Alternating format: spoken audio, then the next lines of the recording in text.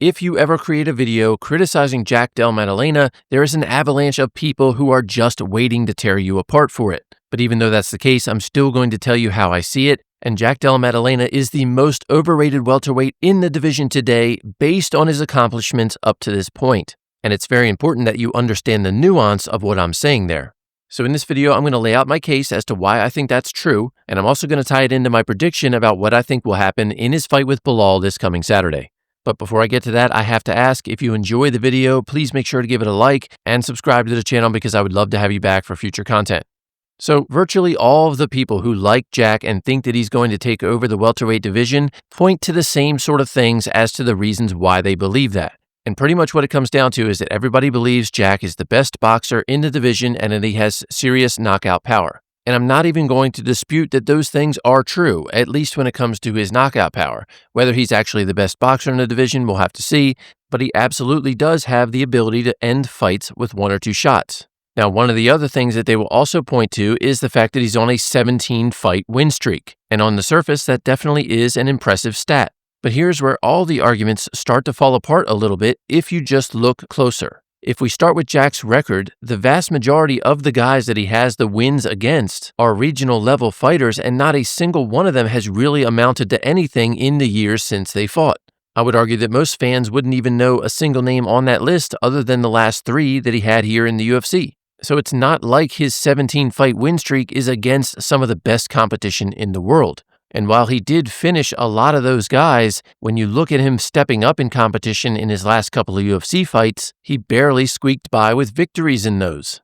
Now, when it comes to that Gilbert Burns fight, I made an entire video about this one just after it happened, and I'll make the point again here. Jack won that fight only because Gilbert Burns threw it away with just over a minute left.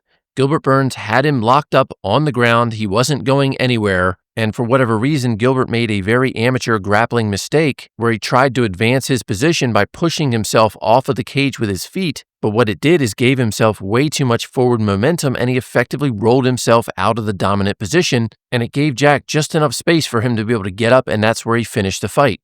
And if you don't believe me, here is the clip in slow motion of that happening.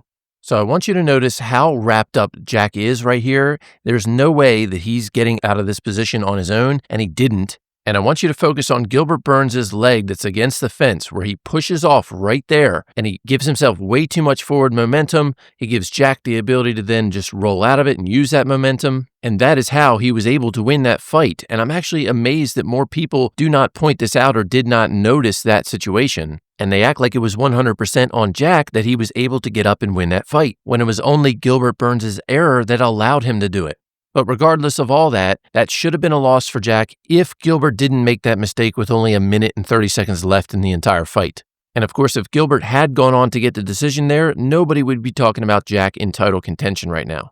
And for those who like to point out that Jack's arm was broken during the fight, there was no indication whatsoever that that affected his performance in any way. If you go back and watch the entirety of the fight, he's throwing both hands heavily the entire time. And during the grappling exchanges, there are multiple times where you can see him putting pressure on that arm and even posting on it. So I'm not sure you can really make the claim that it made that much of a difference.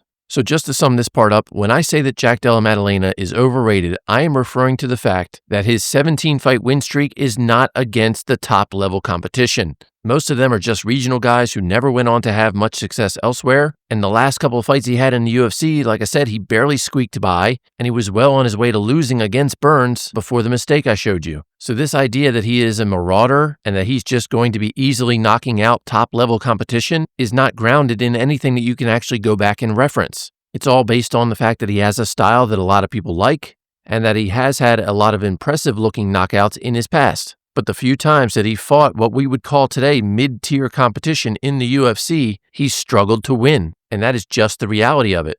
Now, with all that said, Jack is clearly a dangerous guy, and he's also very young in the sport, so it will be possible for him to keep getting better and better. And I don't have any doubt that he can absolutely be a championship-level guy, and this weekend against Belal, he's going to have a chance to show if he can beat that type of style that has given him a lot of trouble in the past.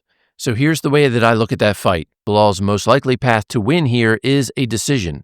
Belal really has not proven himself to be much of a finisher, but he is great at grinding guys out for the entire duration. And Jack is also very tough, so that's going to make it even harder for Belal to get a finish.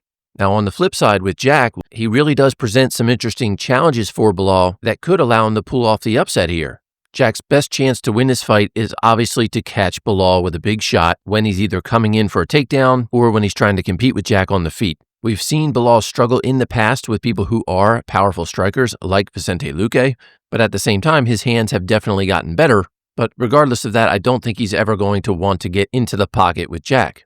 The other area where Jack is pretty good is with the body shots, and if he can land a few of those on Belal and take away his gas tank, that will make it much harder for Belal to do that grind that he does through the end of the fight. So I would have to imagine that Jack's team is studying Belal very closely, looking for those common tendencies where Jack can exploit them, whether that's on his entries or when he's in the clinch up against the fence. And if Belal is not 100% tuned in the entire time, unlike he was in the Leon fight, he's going to get clipped with something, hurt, and taken out, because Jack is a much more dangerous finisher than somebody like Leon Edwards. So the bottom line here is I think the best path to victory for Belal is to do exactly what Gilbert Burns did to Jack, which is to strike a little bit far away, definitely throw some of those high kicks towards Jack's recently broken arm, just like Gilbert was, and then apply the wrestling pressure and get Jack on the ground. And of course, if he is able to do that, don't screw it up with 1 minute and 30 seconds left in the fight. But those are all my thoughts. Let me know down in the comments, what do you think about this? Am I completely wrong about where Jack stands current day with his record? And keep in mind, I'm not talking about his future potential. I'm strictly talking about him being overrated based on what he's accomplished so far. As always, I look forward to hearing what you have to say. And once again, if you enjoyed this, please make sure to give it a like and subscribe to the channel for more in the future. Thank you for watching. Have a great weekend and enjoy the fights.